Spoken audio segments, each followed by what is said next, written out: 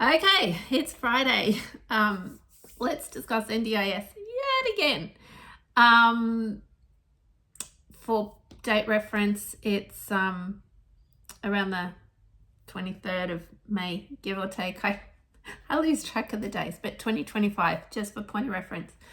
I have a video, so I just want to share. I have a video on YouTube that you are welcome to take a look at, and it's how I think the health, disability and aged care could actually work really well together. It's bringing it's designed as a care ecosystem, if you like, and it's really around the person's journey.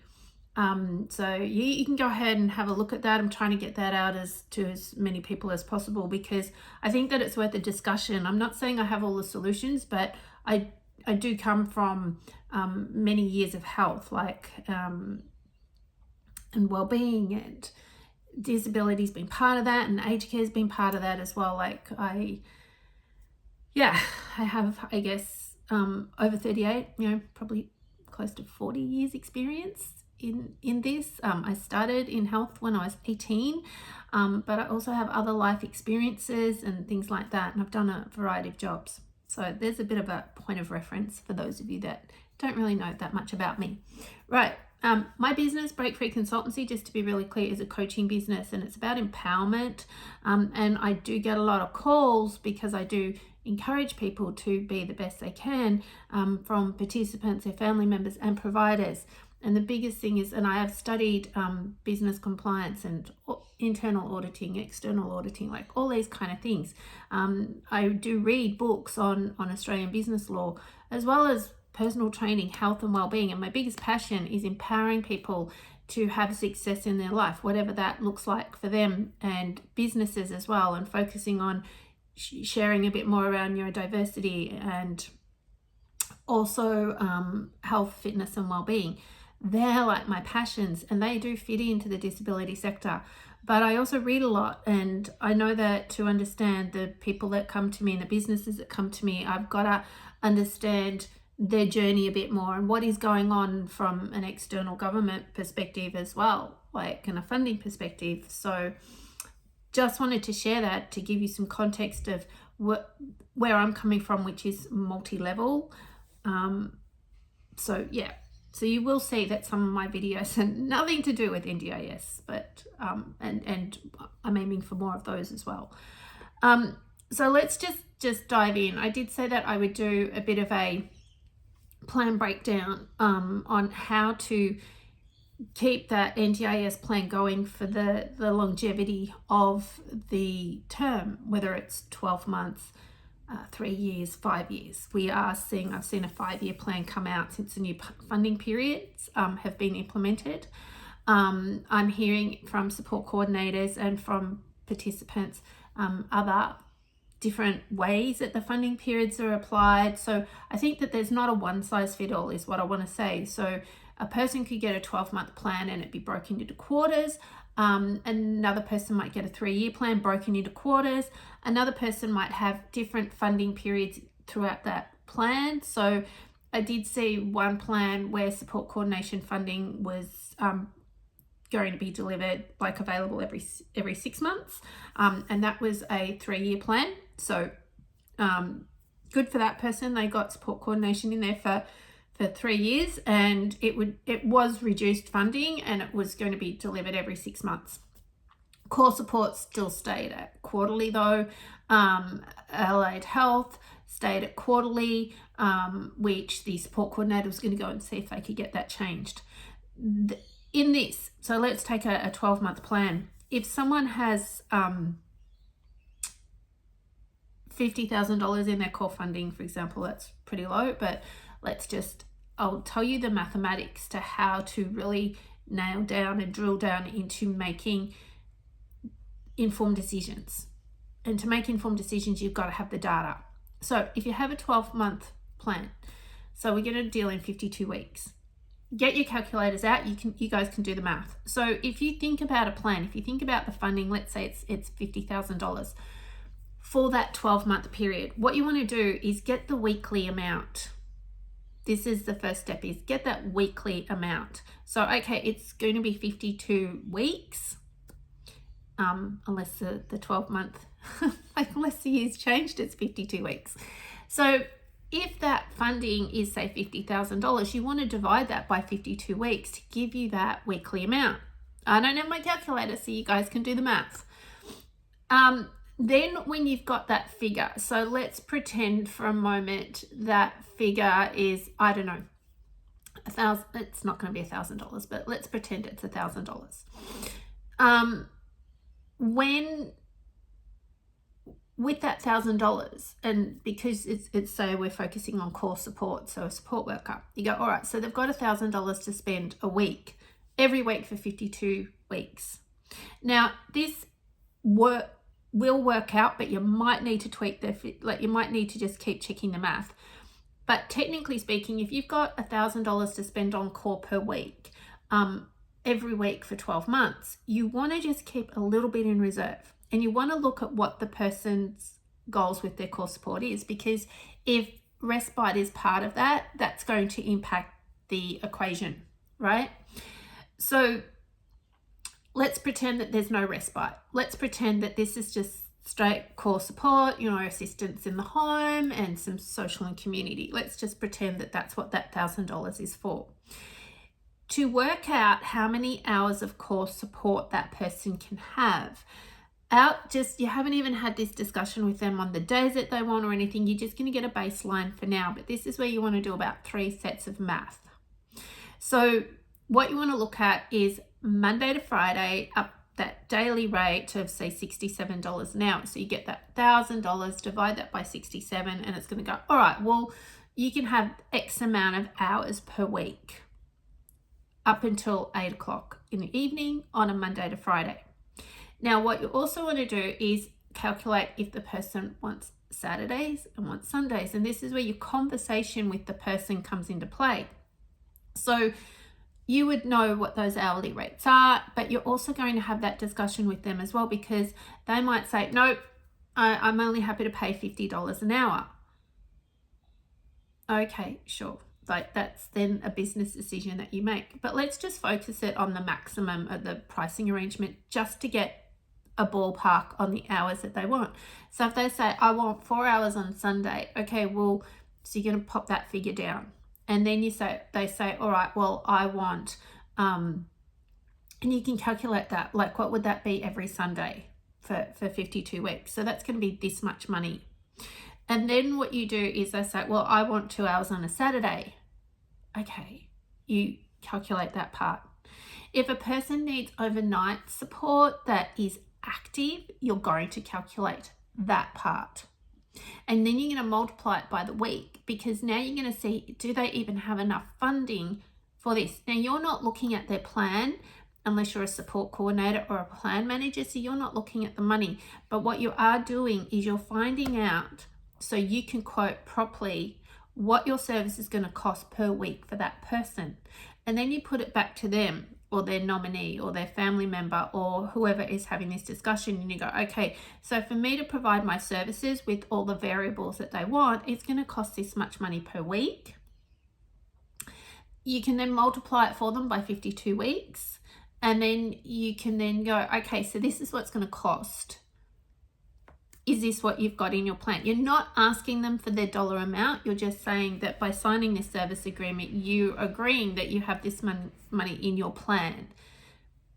Now, as a business owner at this point, you also want to have a part in there for it to be nominated who is going to pay the invoice if NDIS doesn't, or if NDIA doesn't. If an invoice is declined, who is actually going to pay it? And they've got to know, this is where informed consent comes in. They've got to know that it's going to cost them this chunk of money, this however much money it is. And that's why you do a breakdown and a quote for services, or a schedule of support. And that includes a quote. You also want to factor in public holidays. And you want to make it really clear, a public holiday will cost you this much money. And do you still want the services? And you put all of this in your service agreement. But to get the plan to last the period, you've got to sit down with the person and say, okay, so what services do you want, when, where, and how? And then you go back and you go, okay, so if we stick to the maximum in the pricing arrangement, this is how much it's going to cost you per week. Is this in your plan? Now, if you are the participant that has a plan, or you have, and plan managers can do this breakdown, LACs could do this breakdown, and support coordinators could do this breakdown. And this is what I always did as a support coordinator. I broke it right down to the little tiny little bit. Like I'd go, all right, well, if we just went on weekdays, this is how many hours they've got, because that would be kind of the maximum that they could have, right? And then it's got to then, it becomes less hours as we add on overnights, evenings, weekends. But you have a starting point. You go, all right, so this is a maximum number of hours based on this amount of support. The same as allied health. Allied health is a little bit easier because it's like, this is how much money OTs need, then the physio needs, and so on. And then they're like, this is how much money has been allocated for those. So then they divide it by the cap price. If the person really wants more, then the company has to make a decision. Are we going to charge less to get more hours in? Now, the biggest thing with NDIS and reviews at the moment is there's still a backlog in getting reviews done. The other thing is that I want to dive into now, because that's the basis of how to break down a plan to know how much money that a person could possibly have in services. And I guarantee you 9 times out of 10 at the moment, people go, I want more than 10 hours a week in support. You know, I started at 20 hours and now it's down to 10. Okay, yes, I get that. It's not nice. It's not good. And people have been saying, but isn't that neglect? And isn't that abuse? And isn't that, you know, who's going to be sued if the person dies? Well, you know, I'm not a lawyer. I could probably dive into it and find out some information, but at this moment in time, I don't really want to. But what I do want to dive into now, which is leading to that topic of I used to have 20 hours and now I've only got 10 hours of support, is the bigger picture of where we're sitting at this moment in time, May 2025, with how much money the government is actually putting into NDIS, and the whole discussion of foundational supports is meant to be developed. And then anyone that's removed from the scheme or has a disability and not eligible for NDIS could go into foundational supports. But the thing is, who's paying for all of this? Now, technically, we as taxpayers are, because our taxes go into, the tax that we pay is meant to go into the government pool of money.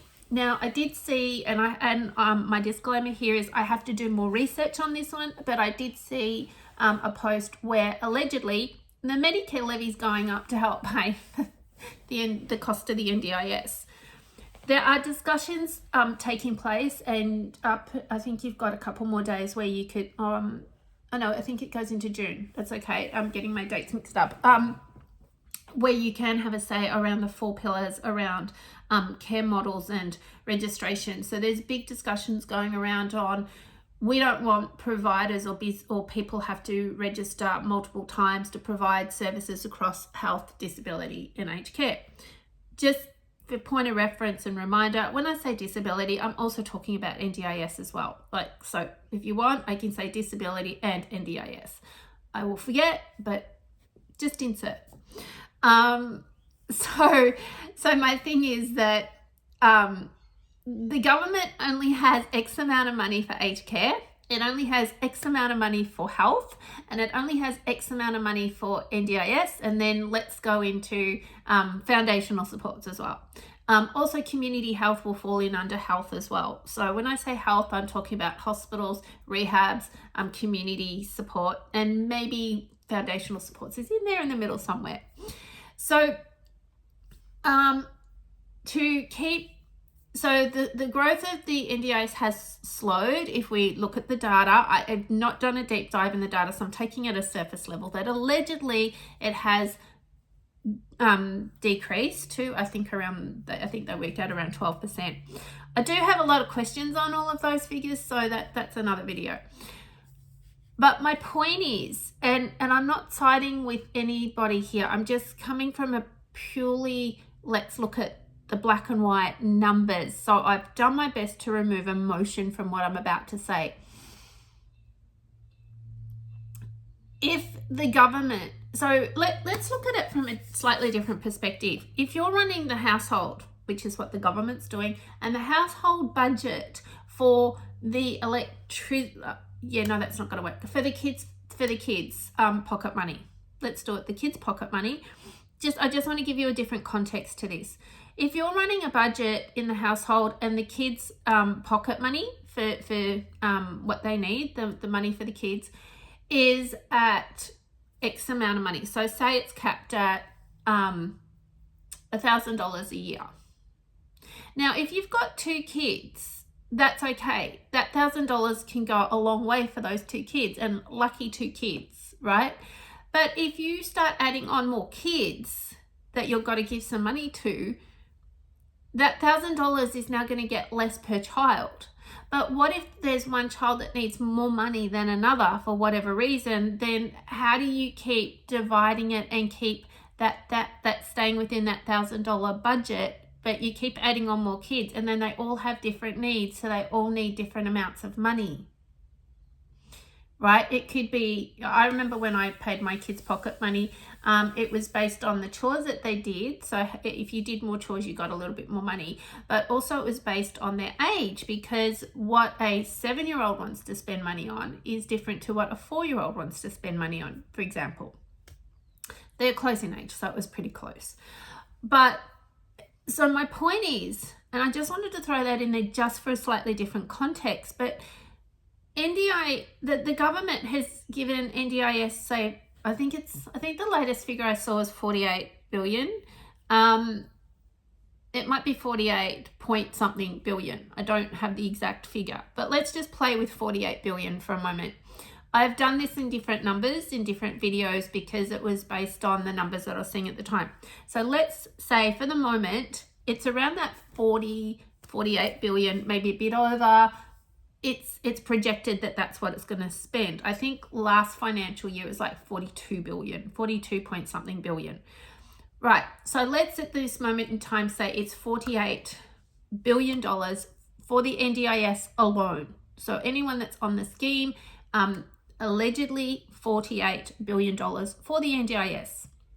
We know the NDIS is an extremely, the lawyers that go to ART cost a fortune as well. So the operations part, the payment integrity team, which is, the fraud, there's more money going into or being allocated to fraud as well, which is, once again, that's separate to, I do believe it's separate to that 48 billion. So if we take that 48 billion and say that is for the people only that are on the scheme, but we have, say, 720,000 participants, for example, because the number's just going up, how far do you think $48 billion would go for, 720,000 people? If we divided it equally across the people, it would be roughly between, their planned budget would be between 65,000 to maybe a little bit higher if we spread it evenly. But we know that it's not spread evenly. We know that there's people that require 2 people to care for them 24/7. So therefore their care needs are higher. They're going to have more money into that versus the person that requires some social support for social interactions and support with, some meal prep and things like that. So 2 different care needs are going to cost different amounts of money. So we know that it's not spread evenly. A little bit like the example I gave around the kids and the needs that the kids have in that non-NDIS example. The point is to say that there is a budget with a cap on it. We only have this much money, and the more people we keep adding, the less money there is for everybody. But there's people with different care needs, support needs on the scheme. There's all different levels of support. And this is where one of the discussions around foundational supports and early childhood intervention is that if we can get in and do a solid foundation for the kids at an early age, and maybe then they wouldn't need NDIS later. Maybe. Everybody's different. So I'm not saying they don't. I'm just saying maybe. The problem is, from the public's perspective or point of view, is if you don't understand NDIS, you just see it as there's fraud and there's people stealing and they're taking my hard-earned taxes, so the money I've earned and paid in taxes, and they're just living a luxury life while I'm at home struggling. You know, that's one perception. And on the surface, I would have to agree with that. But I know the ins and outs of what's going on with people struggling. You know, the people that need the support are struggling to keep going. They're feeling re-traumatized. There's a lot of that going on.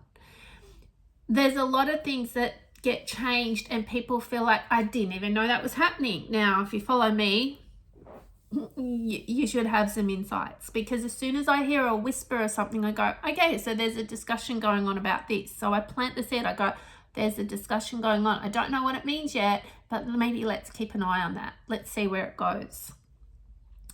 So now what the NDIA can do, or the NDIS can do, is that a check-in call can be triggered with these funding periods if there's an overspend or underspend.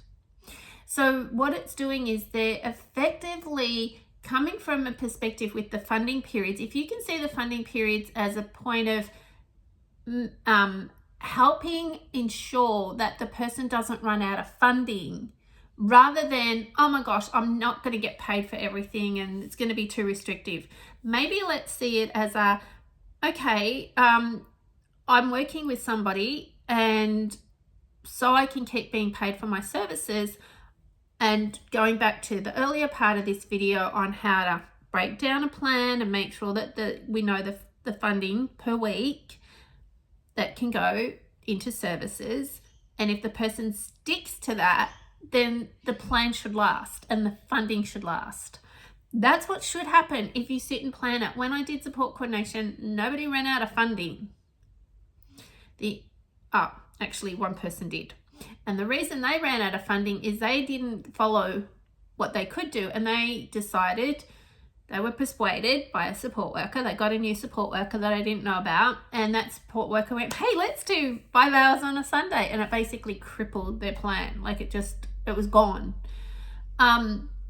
So if you are a support worker, it might be fun to go to markets on Sunday and the participant might love it, but they might not be funded for that, or they may have to sacrifice during the week, hours during the week, many hours during the week, just to go to the market for 4 hours on a Sunday. So while you're raking in some good money, they're suffering during the week potentially, right? Because they're not getting their care needs met evenly across the week, because it has to come from somewhere. There's limited money in the NDIS. There is limited money in health. There is limited money in aged care. And I laugh when I speak to people and go, it's only $48 billion. Like seriously, if my bank account had $1 million, you would never hear me use the word only with it. I'm never going to go, I've only got $1 million. Like, for God's sake. But when it comes to budgets in our life, in our household budget, we go, oh, I wish I had a bit more money for a holiday, or I wish I had some more money. I've only got this much money, so I can only go so far, right? We know our budget. Well, the NDIS is exactly the same, except the more people it's added to the scheme, and it's really hard to get on the scheme now, I think it's going to get harder, is that whilst every person that lives with a disability does deserve to have a quality of life, just as every person that has a chronic illness does deserve to have the best healthcare so that they can have the best life. And while every person that is aging and struggling as they age, they deserve to have a quality service as well. So the point is that I think with them bringing health and disability, NDIS, just to keep you happy, and foundational supports and aged care all under one portfolio, and that's just the broad ones. There's so many different things in this portfolio. You can read the documents, I've shared it. But by bringing it all together and by looking at, do we have a registration, which I touched on before, a registration system that the EP's ESSA registration exercise physiology, just to clarify. They can then work in have their own business. They can then work in NDIS, and they can work in aged care. That it's equal, so that ESSA registration can take them right across the board, just as nursing registration can take them right across the board. And this, I refer to my other video around the care ecosystem, because I talk about this as well. And then, so then if a person starts a business, I think that there is a way that they can make a registration system work so that they could do both aged care and NDIS, and then I don't know what foundational supports will look like fully, but, you know, maybe venture into that with one registration, one set of audits, one set of paperwork that can then like I did, you know, their policies and procedures could easily be adapted to fit in the different parameters and the different practice standards. So, you know, like in policies and procedures now, if you're doing aged care, then it's going to relate to the aged care quality practice standards. And if you're doing NDIS, then they have to relate to the NDIS quality indicators and practice standards, right? So it all has to, but so for now, for people doing aged care and NDIS, there's 2 lots of registrations, there's 2 lots of audits, there's 2 lots of rules. Now, after the 1st of July, we do know that they're going to bring in the mandatory registration even further, and they're looking at a slightly different registration process for aged care. And currently with aged care, there's a fee that is connected to the registration plus the audit, and then all the paperwork, and then if they have a consultant, and before they know it, some people have spent $20,000. And aged care registration is not cheap at all. It's like you've got close to $10,000 to $20,000 before you even access a consultant or get someone to do your paperwork or something like that. Now, a lot of people will go, we shouldn't mandate registration for NDIS, but if we're not going to mandate registration for NDIS for everybody, how are we governing the majority, so at least 80%, if not more, I'm going to go on a limb and say 90% of the providers that are providing services, and that includes sole traders. When I say providers, I'm talking about service providers. So if you're a support worker and you're an independent, you're included in that. It's unregistered. There's 2 sets of rules for providing these services, and people are breaking the rules, and people are, I don't want to use the people are doing the wrong thing. They're overcharging, they're accessing funding that they shouldn't be, services aren't being provided, and that's not just registered providers, it's across the board. So how can that be fixed? Because there is a cap of money. The reason I share all this is I say there's only so much money, and it's getting spread thinner and thinner and thinner, because the more people we add to the scheme without adding the money to cover it.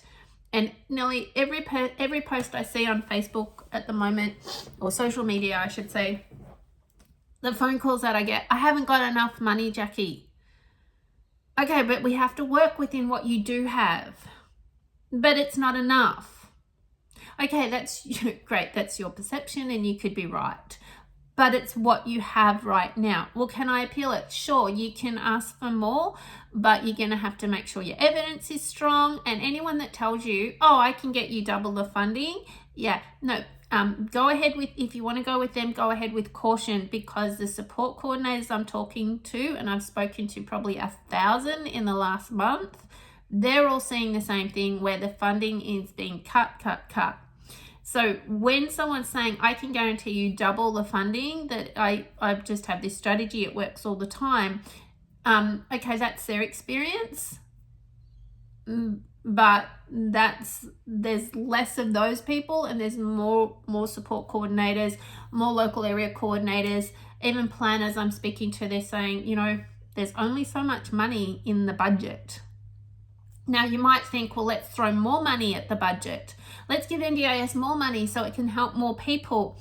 Well, what would that cost us as a country? What would that cost us as taxpayers? There's been talk of increased Medicare levy. So that costs everybody. Then do they take from health? The hospitals are already struggling. The hospitals need more money. And I have been in hospital and, I couldn't even get, I know this sounds horrible, but I couldn't even get a vomit bag.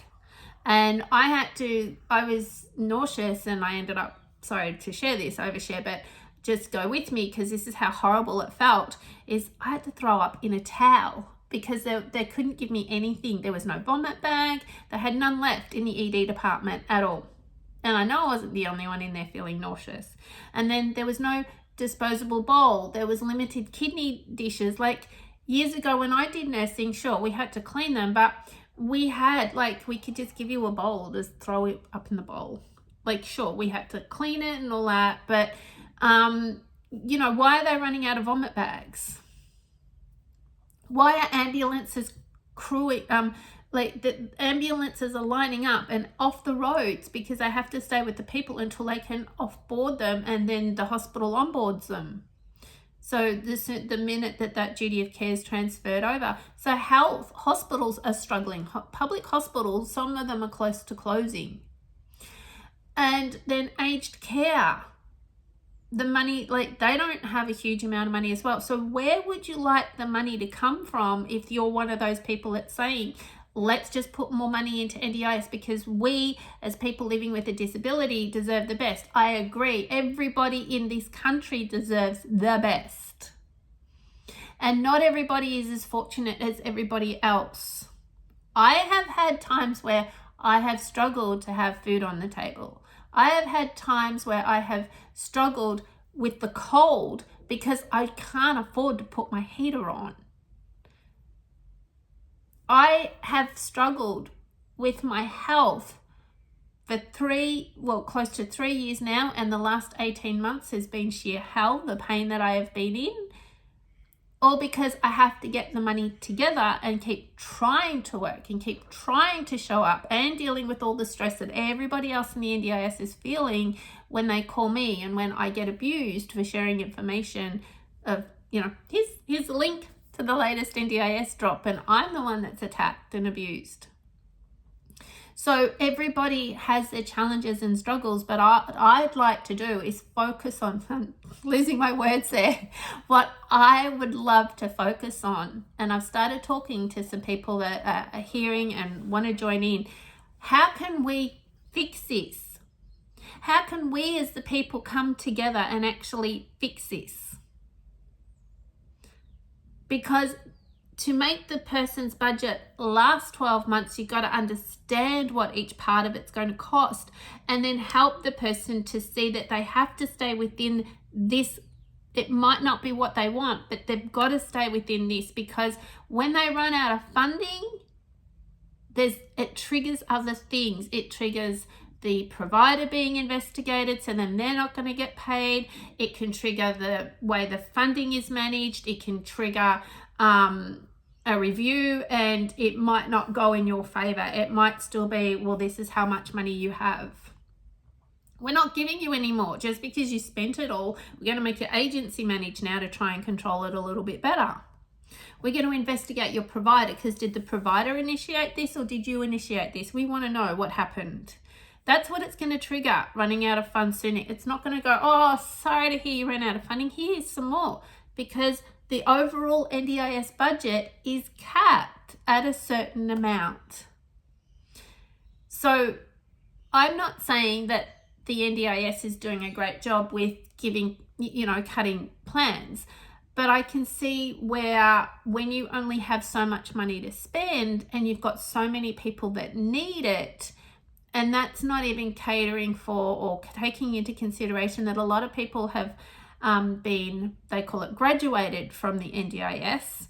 There's a lot of campaigns there for the neurodivergent community. There's campaigns about children being removed from the scheme and there's nowhere for them to go because foundational supports are set up. So I'm not saying the running of this has been ideal. It hasn't. But we've got to get the data. And I am starting to put together some people that we're going to all work together to gather the data to say, okay, so this is what is really happening at a ground level. And when we hear from people that go, oh, no, I actually managed to get the person some extra funding. Great, what happened? What did you do? And it could have just been that the planner was on it, that they read the reports and they could see it.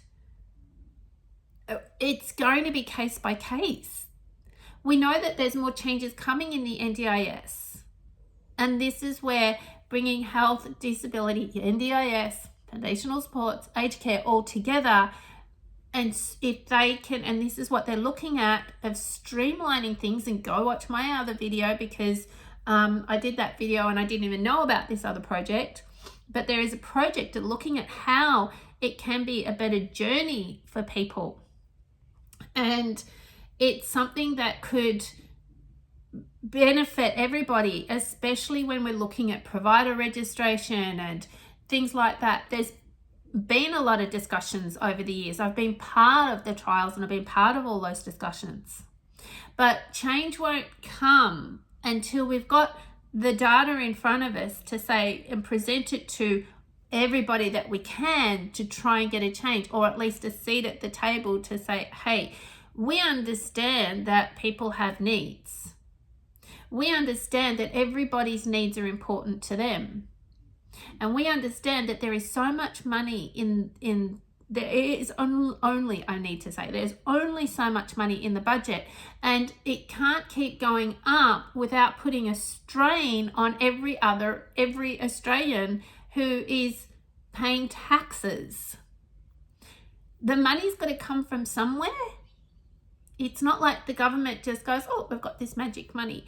Now, I'm not going to get into how much politicians get paid and all of those things because that's a whole other discussion. But everything that happens in the NDIS right at this moment in time, there is a cap on how much money they can spend to put into the plans. And some people have higher needs than other people. It's just like in a family. Some people have a little bit more needs than other people. It doesn't make it fair. It's harder to budget, but that's what it is. Now, those of you that aren't happy, you can keep complaining if you like, and you can keep trying to attack at me. I'm not the one making the rules, but I am, as I said, talking to some people. And if you're interested to learn more and you want to be part of being proactive and trying to find a solution, I'm not saying that our solution would be taken on board, but we've got to collect the data, we've got to collect the information, we've got to keep the lines of communication going. And there's a couple of people that are keen to be part of that, but the only way you'll get in with us to be part of that is if you're looking at what is the solution, like what solution. So where's your problem? Have you come up with a solution? What would you like to see as a solution? And we take that data together and we'll collate it together and we'll go, actually, that's a great idea, but not sure how that would fit in. But hey, let's just say, and then because when you go to anybody with a problem, it's always good to have a potential solution or two. Not saying they're going to take it on, but it's good to show that you're not just going there to say, hey, this is a problem. This isn't working because, okay, that's important to know. Okay, but what could we do better? What could we do differently? How do you think it could go? And what point of reference, what research have you done? Do you know that, if we take money from health or if we charge more in the Medicare levy, that's going to hit every Australian. And it doesn't actually help the NDIS have a better image to the general public. It actually goes, because of the NDIS, I have to pay more in Medicare or more taxes or whatever. And it just builds up resentment. And then we start to divide rather than bring the community together. Got to come together to support each other and take a little bit of time to understand each other, and not just take somebody's idea and run with it, but just have conversations around how could we collaborate? Are we a good fit to collaborate? I do a lot of reading and a lot of research and I still miss things. So that's why coming together with other people, that they may have seen something that I missed or their interpretation might be different to mine. So we can go, What did you think of this? Oh, I thought this meant this. Oh, really? I thought it meant this. Okay, I wonder what it really means. And that's what it is. We're not getting a lot of clear communication when it comes to rollouts of things with the NDIS. Sure, they're all in the legislation, but have you read that? I've read it 3 times and I still miss things. So I'm going to keep trying to be proactive. I'm going to keep trying to give some strategies and tools as I feel that they can come up. And if you'd like to follow, like, and subscribe on my YouTube channel, that's where I'm going to post a lot of the stuff. Where possible, and I think I can get the traction, I will share the video on YouTube, like the link, the YouTube link. Some social media just doesn't show it to people. So if you see it, share it with other people if you think it's of value. If not, you can just like subscribe to the channel. You'll also see that I will talk about some motivational stuff, some empowerment stuff. I'll also share business strategies of not just NDIS and living with neurodivergent traits. Obviously my magazine and my clothing range as well, because they're all tools that come together. I do have probably coming out in August some new stuff, new content, just as part of personal empowerment and, you know, following that purpose that you have in life, that to connect with that as a bigger picture. So NDIS is one part of what I do, but overall the strategies, the ideas, the concepts are all about personal empowerment and, you know, connecting with your purpose in life. Because when you connect with your purpose, things don't feel as hard. You're always going to have a challenge. You're always going to have a little bit of work to do, but overall, generally, life is much better. Anyway, I'm going to leave it at that. I hope that I've covered a lot. I know my ADHD is on. We're on. But so I've covered a lot, but hopefully you will get at least something out of this. We've just basically talked that budget stuff, but I've tried to keep it light. I've tried to give you a different perspective that a budget is a budget. And the more people that are relying on a piece of that budget, it gets less and less and less. It gets diluted. See how you go with it. If you like it, tick that like button, subscribe to the page, stay up to date. YouTube is where I'm going to put a lot of stuff, and Spotify. So I hope this helps. I am going to do more videos. The end of May, from the end of May to mid-June is going to be a little crazy for me. So I will try and do videos, but if I don't do as many as I want, or I only do one a week, hang in there, just stay subscribed, because the real, a lot more content will come from end of July onwards. That's the goal. I've just got some other stuff going on behind the scenes to deal with for the next month, but we will get there, and it will be worth it. It will be worth you subscribing, and I will post content when I can. And as I said, it's going to be the variety. The variety is so important, and always do your own research. So I just want to finish on that note. Always do your own research. I can read something and interpret it one way. You can read something, interpret it so different. And it's not until we get into it, like these funding periods, that we go, okay, so we're just into it. We've got to see what's going to happen. We're already seeing a lot of variables, a lot of differences. We've got to just try and keep an open mind. And sure, you can complain, you can get angry, but also try and think, what is the solution, or what is the next step I may have to take for myself?